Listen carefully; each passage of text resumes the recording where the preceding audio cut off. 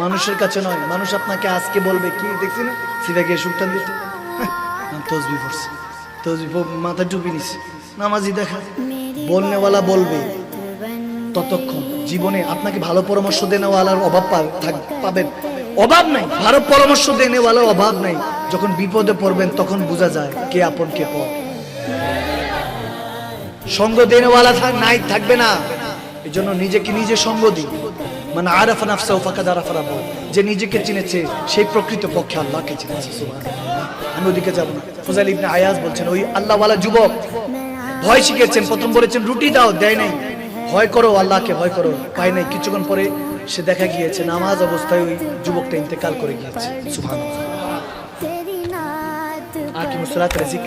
নামাজ কায়েম করে কিন্তু যে সে তার নামাজ কায়েম করেছে, ইন্তেকাল করেছে। ইমাম সাহেব বলতেছে, এখন ইমাম সাহেব, খতিব সাহেব, মুয়াজ্জিন সাহেব উঠে এসে বলছে, দেন দেন আজনবী কোথা থেকে জানি এসেছে, ইন্তেকাল করেছে, তার কাফন দাফনের ব্যবস্থা করেন। সবাই টাকা দিয়েছে, কাফন কেনা হয়েছে, জানাজা হলো, পুঁতে এসেছে, এশা ইন্তেকাল করেছে রাতে, কবর দিয়ে চলে এসেছে। ফজরের সময় যখন ইমাম মুয়াজ্জিন হাজিরা দিলেন নামাজের জন্য, এসে দেখে মসজিদে প্রবেশ করতে এক চিৎকার দিল।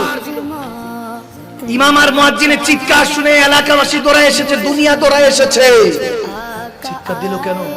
এসে ইমাম সাহেব, মুয়াজ্জিন সাহেব হাউমাউ করে কাঁদছে, বলে দেখো ওই যে যুবককে আমরা কবরের রাতের বেলায় দাফন করে এসেছি, জানাজা পড়ে যায় দাফন করে এসেছি, কবরে রেখে এসেছি, তার কাফন এখানে পড়ে আছে। সুবহানাল্লাহ। সবাই ভয় পেয়ে গিয়েছে।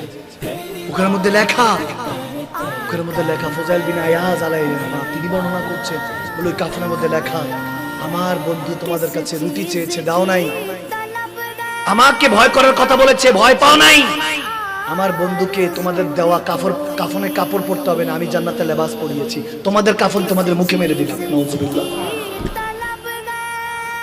ভয় করুন, বিল লিসান তাসদিকু বিল কলব, অন্তর থেকে ভয় করুন, অন্তর থেকে মানুন। দুটা যদি সিসি ক্যামেরা এখানে থাকে, কেউ লড়াচড়া করবে না, কেউ কারো পকেটের দিকে তাকাবে না, কেউ কোনো গুনাহ করবে না। দুটো সিসি ক্যামেরা আমাদের কাদের মধ্যে আছে কি নাই? জুবানে নয়, জুবানে নয়, জুবানে বহুত বলছে মাহফিলে, জুবানে বহু সব 30-40 বছর 50 বছর চলে গিয়েছে। বারবার বলছি, আল্লাহ দুনিয়াতে আখিরাতের একদিন, দুনিয়ার 50,000 বছর, আখিরাতের একদিন। আবার বলছি দুনিয়ার 50,000 বছর। আবারও বান্দা বলছি, চট্টগ্রামবাসী, বাংলাদেশবাসী, এ মুসলমান, এ আদম সন্তান, আদমের বাবা, আদমের শাহজাদা, শাহজাদিরা, ভালো মতো কান দিয়ে শুনুন, তাসদিকু বিল কলব, অন্তরের কান দিয়ে শুনুন। আখিরাতের একদিন, দুনিয়ার 50,000 বছর, আপনার 50-60 বছরের দিন আল্লাহর কাছে 1 সেকেন্ডও না, 1 সেকেন্ডও না। ওই 1 সেকেন্ডের হিসাব দিয়ে অনন্তকাল থাকবেন জান্নাতে, এত সহজ না। সমস্ত নবী রাসূলদের উম্মতরা হাজার হাজার বছর বেঁচেছে। খোদার কসম করে বলছি, মুসলিম শরীফ খুলে দেখেন, নবীজি একদিন সাহাবায়ে কেরামদেরকে বলছে, ঈসা আলাইহিস সালামের জামানায় এক বুড়ি কাঁদতে কাঁদতে এসেছে, ইয়া ঈসা রুহুল্লাহ, আমার দুইটা সন্তান আল্লাহ অল্প বয়সে নিয়ে গিয়েছে, কাঁদছে, যৌবনও দেখে নাই, বিয়েও করতে পারে না, এত অল্প বয়সে আল্লাহ নিয়ে গেল। ঈসা আলাইহিস সালাম জিজ্ঞেস করছে, মাগো বয়স কত তোমার বড় ছেলে ছোট ছেলে? বলে একজনের বয়স 400, আরেকজনের বয়স 350। কি বুঝলেন? সুবহানাল্লাহ। বাড়িতে গিয়ে পড়েন, 400 আর 350। ঈসা আলাইহিস সালামের আর দুইটা উম্মত মিলে তো নবী পর্যন্ত পৌঁছে যেতে। বুঝেন না আমার কথা? বুঝছি কষ্ট হচ্ছে আপনাদের, আর করার দরকার নেই, ওয়াজ অনেক করছি, আপনারা আওয়াজ দেন না, কিছু না, ঠিক আছে। আল্লাহ হাফেজ।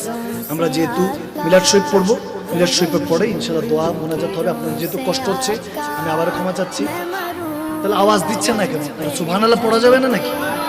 একবার আবার পড়েন, আস্তাগফিরুল্লাহ। কথাগুলি বুঝতে হবে আপনাকে।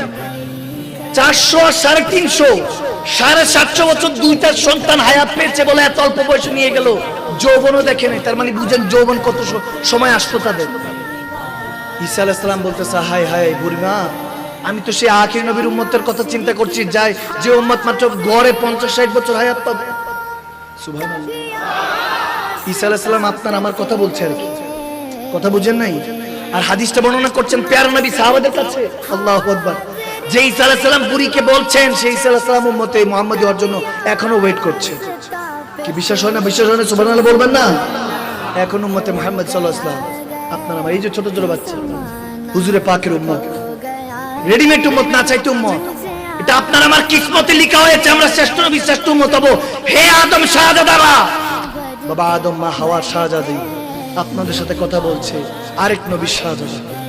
আপনাদেরকে বুঝাতে এসেছি, আল্লাহ দোহাই লাগে, কসম লাগে, বিনোদন নয়, হেদায়েতের জায়গা বানান এটা। আপনি উঠিয়ে দেখুন, এটা এখন বিনোদনের জায়গা হয়ে গিয়েছে। নাউজুবিল্লাহ, আজকে হেদায়েতের জায়গা নয়, যে বেশি হাসাতে পারে তাকে আনা হয়, ভাইরাল ট্রেন্ডিং। আমাদের মতো যায়, আমাদের মতো মূর্খ যারা ঠিক মতো কোরআন হাদিসের কথা বলতে পারি না। ভালো মতো শুনুন, ঈসা আলাইহিস সালাম বলছে, মাগো ওই শেষ আখির নবীর উম্মতদের কথা ভাবছি। 50 বছর বুড়ি, চোখের পানি মুছে বলে, কি বলেন হুজুর, কয় বছর?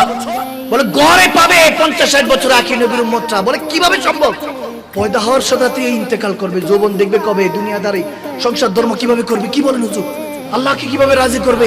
ঘাবড়ে গেলেন। বলে তুমি খেয়াল করো না, আমি একটা শব্দ বলেছি, আখিরি নবী। কোন নবীর উম্মত?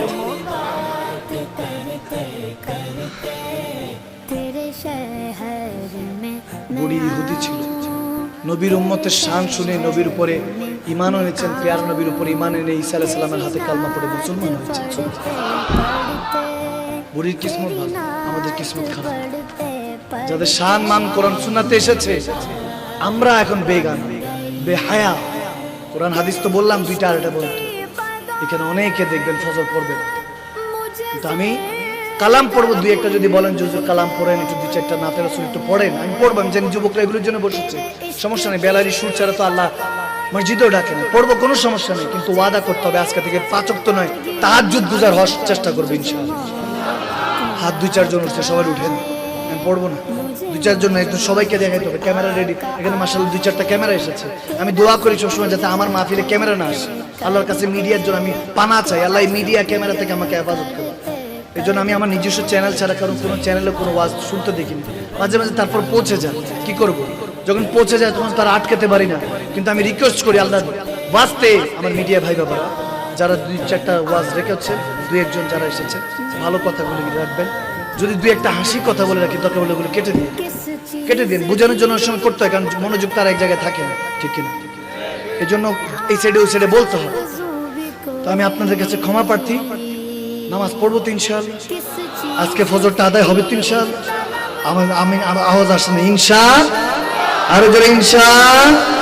আছি গো ডুবে আমি পাপেরই সাগরে, না জানি কি হবে ওপারে হাসরে, তোমারই সুপারিশ বিনে কেমনে হব পার, কবরে হাসরে কি হবে আমার, কবরে হাসরে কি হবে আমার। নবীজির গোলামের, মৌলাজির গোলামের কোনো চিন্তা নাই, চলো নবীজির জান্নাতে মদিনাতে যাই। যেতে রাজি আছে কিনা? আরো জোরে রাজি আছে কি নাই? আপনাদের আওয়াজ মনে হচ্ছে রাজি নাই মনে হয় আপনারা।